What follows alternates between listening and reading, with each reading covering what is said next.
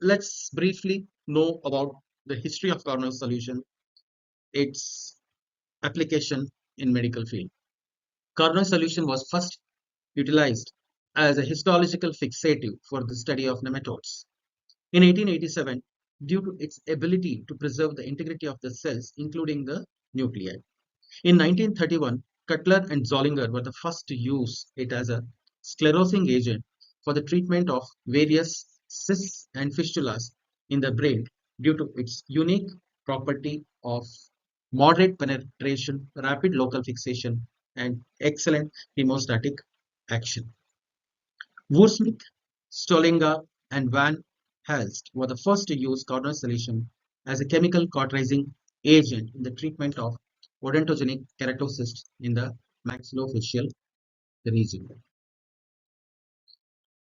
Woodsmith protocol for the use of Carnot solution was application of Carnot solution for a duration of 5 minutes in the defect region, which results in necrosis of 1.5 millimeter depth. In 2000, the FDA banned the use of chloroform as it has been found to be carcinogenic.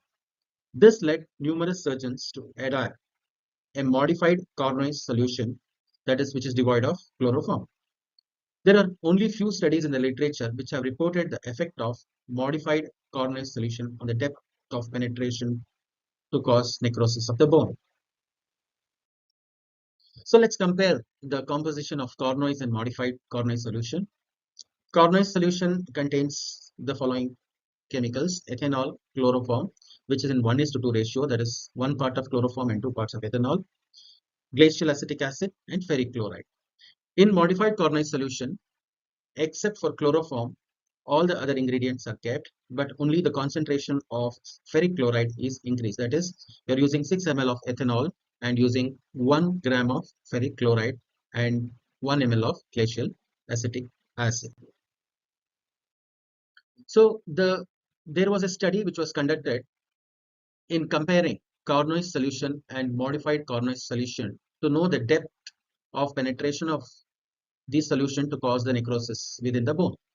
So it was concluded that the depth of modified Carnoy solution is equivalent to Carnoy solution when it is applied for 10 minutes.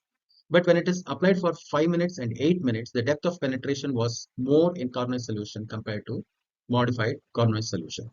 So a simple take-home message is, if we are using modified Carnoy solution, then we need to keep it for a little longer duration, or to be more precise, twice the time where what we used to keep for Carnoy solution.